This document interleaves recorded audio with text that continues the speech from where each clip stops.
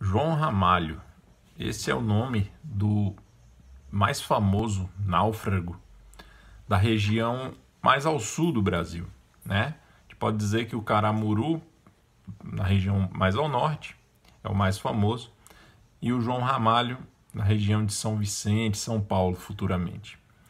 João Ramalho recebeu o título de pai dos mamelucos. Mameluco é aquela mistura de europeu, de branco, com indígena. Pai dos mamelucos é uma expressão que se refere geralmente ao João Ramalho. E também ele é conhecido às vezes como Caramuru do Sul, né? Existe também essa expressão. Ele e o Caramuru têm uma história muito parecida. Então, eu já gravei um vídeo sobre o Caramuru. Quem assistiu vai reconhecer muitas coincidências. Bem, de fato não se sabe quando nasceu o João Ramalho, tá? Ele é de uma comarca de Viseu, em Portugal, comarca chamada Vouzela. E o que se sabe sobre ele é que entre 1508 e 1512, tá? Os livros mais antigos falam em 1508 ou 1509.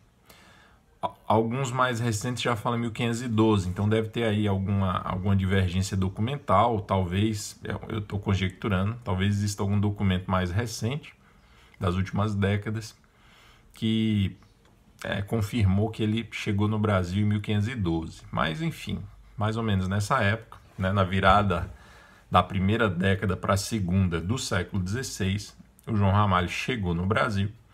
Alguns alegam que ele foi um degredado, cometeu um crime em Portugal e aí, enfim, acabou sendo deixado por aqui pelas primeiras expedições. Mas essa tese já não é muito aceita e tem a tese de que ele era um náufrago. E navegando por essa região, alguma embarcação naufragou e ele ficou por aqui. Agora, existe uma outra teoria, e dessa eu sei muito pouco, mas essa é uma teoria que, segundo Pedro Calmon, não faz muito sentido. Mas eu não estou batendo martelo, tá? É bom vocês saberem que existe essa hipótese também, que é a de que o João Ramalho teria vindo para o Brasil antes de Pedro Álvares Cabral. Bem, aí, né, tem toda a questão daqueles empreendimentos secretos do Dom Manuel, enfim, mas não precisa entrar em detalhes, basta vocês saberem que existe essa hipótese. Bem, mas o que a gente sabe é o seguinte: em 1532, na famosa expedição do Martim Afonso de Souza, a gente vai falar bastante dela ainda, mas vamos falar dela quando chegar a época. Na famosa expedição do Martim Afonso de Souza, ele encontrou também o João Ramalho. Então, na ilha de São Vicente, né, diz a história, né, assim que ele, quando Martim Afonso de Souza aportou na ilha de São Vicente, onde é ali litoral paulista hoje, ele foi recebido por dois portugueses, o João Ramalho e um outro, que eu esqueci o nome agora. Esse não é tão conhecido assim, não tem tanta informação sobre ele. Alguma coisa Rodrigues, se eu não me engano. E aí o João Ramalho estava ali, perfilado com um exército de 200 índios ao seu serviço, e ele também todo um índio, pintado, corpo. Enfim, ele se indianizou, né? Ele virou um índio praticamente. Provavelmente ele passou por todos os rituais de aceitação entre os tupiniquins.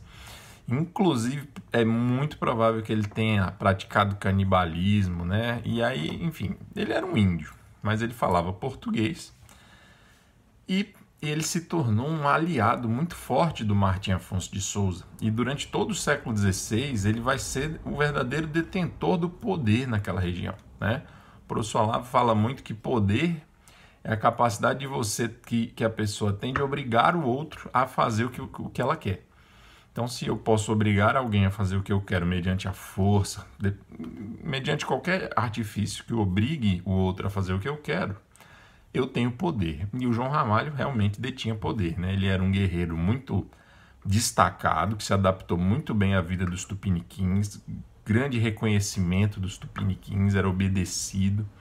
Então, sem sombra de dúvidas, foi um grande trunfo do Martim Afonso de Souza se unir, fazer do João Ramalho um aliado. Tá. Bem, o Martim Afonso de Souza o encontrou em 1532 e vai ser com a ajuda do João Ramalho que vai ser fundada a primeira vila do Brasil, que é São Vicente. Essa é a primeira vila do Brasil, litoral paulista. Já falei que ele era um grande guerreiro. Ele se casou com a filha do maior morubixaba, cacique dos tupiniquins naquela região, que era o Tibiriçá. A moça com quem ele se casou se chamava Bartira. Talvez eu fale dela no próximo vídeo. Bem, auxiliou então ele. Sim. Graças à ajuda dele, os portugueses conseguiram expandir o seu domínio com mais facilidade naquela região. Qual região? A região de São Vicente e a região do Planalto de Piratininga, que depois vai ser onde fica a cidade de São Paulo. Cidade da qual ele com certeza participou da fundação de alguma forma. E eu ainda quero falar também da fundação das principais cidades, então deixa quando chegar lá a gente volta a falar dele nesse aspecto. Ele era capaz de mobilizar grandes exércitos e foi graças a ele, ao conhecimento que ele tinha, ao respeito que ele impunha aos indígenas que lutavam ao seu lado, os tupiniquins no caso, que eles conseguiram vencer outros inimigos, resistir à fúria, à hostilidade de outros inimigos indígenas, como por exemplo os guaianazes e os carijós.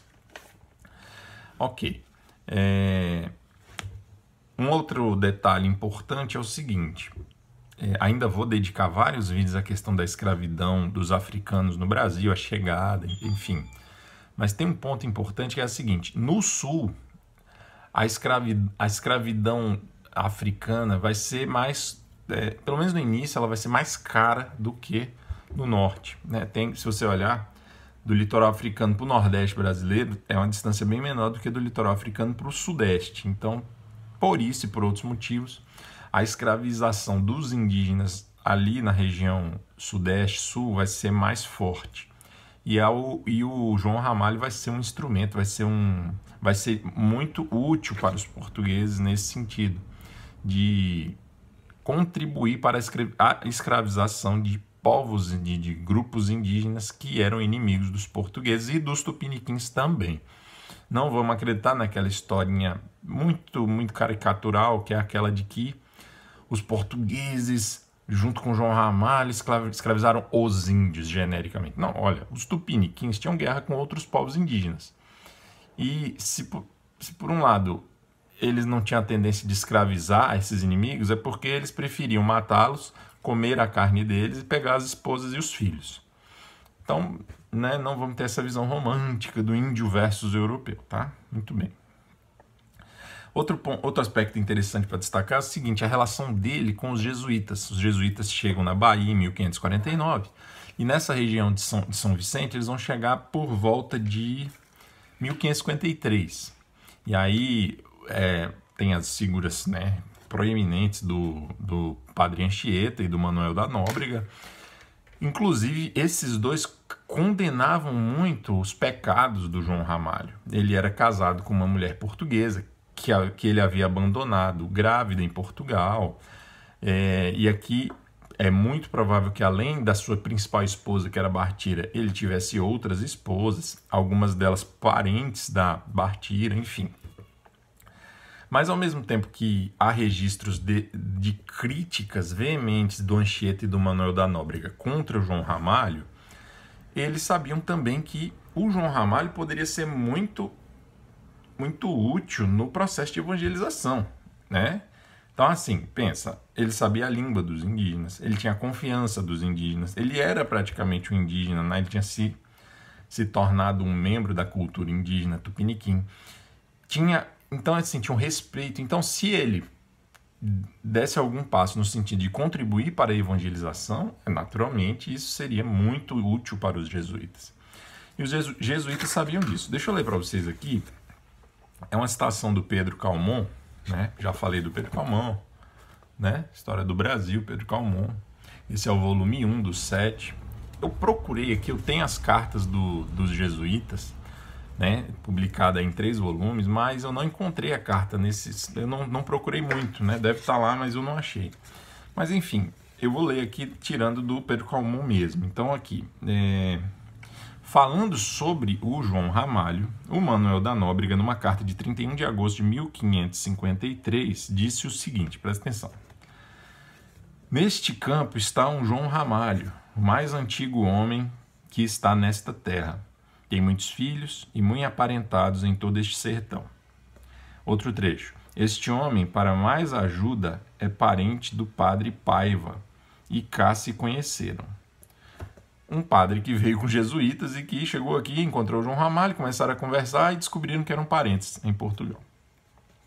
Quando veio da terra, que haverá 40 anos e mais, deixou a sua mulher lá, viva, e nunca mais soube dela. Mas que lhe parece que deve ser morta, pois já vão tantos anos. Deseja muito casar-se com a mãe destes seus filhos. Bartira. Já para lá, para Portugal, se escreveu e nunca veio resposta deste seu negócio. Portanto, é necessário que Vossa Reverendíssima, que é o Luís Gonçalves da Câmara, envie logo a Vouzela, terra do padre Mestre Simão, e da parte de Nosso Senhor lhe requeiro. Porque, se este homem estiver em estado de graça, fará Nosso Senhor por ele muito nesta terra. Ou seja, ele queria, o Manuel da Nóbrega, que o João Ramalho organizasse sua vida, casasse com a Bartira, ou seja, voltasse para o estado de graça, para que ele pudesse contribuir com a evangelização dos indígenas. Naquele estado de pecado mortal, ele não poderia fazer isso.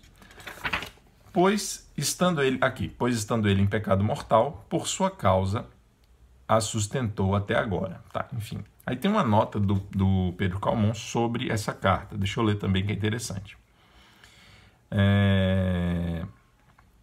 Descoberta essa carta pelo padre Serafim Leite, né, que é um autor que escreveu uma obra sobre os jesuítas.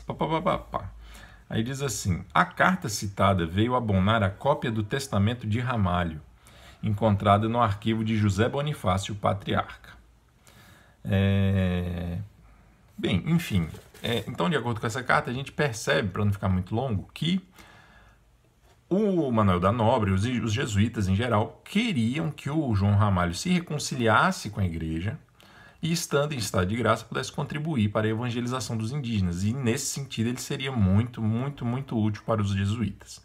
Mas havia essa questão, né, da condenação da igreja, representada pelos jesuítas, dos pecados do João Ramalho. Mas aí, enfim, seria aqui um tema para a gente falar muita coisa ainda, tem outras coisas anotadas, mas o tempo é curto, então já fica aí registrada a figura do João Ramalho, náufrago português, não se sabe quando nasceu, nem exatamente quando chegou no Brasil, mas um detalhe, em 1580, depois de 1580, há registros dele. Quer ver mais umas coisas interessantes? Só para não registrar também. Em 1562, o Tibiriçá morreu. E é nessa época que há o registro de que o próprio João Ramalho comandou um massacre contra os tupiniquins, rivais do Tibiriçá, que foram massacrados pelo João Ramalho por ordem de quem? Da Câmara da Vila de São Paulo, que já havia sido fundada. Então, meio que ele foi usado como um exército da Vila de São Paulo para combater os tupiniquins, que eram inimigos do Tibiriçá, mas da mesma tribo, né, vamos dizer assim, do mesmo grupo, tupiniquim também. Bem, enfim, a história desse cara é muito curiosa, tem muita coisa interessante, não dá para falar nem metade. Ele adquiriu muito respeito dos donatários, dos capitães, dos governadores gerais, tá? Então, ele realmente é uma figura central aí dessa região de São Paulo, São Vicente. Beleza, pessoal? É isso, um abraço.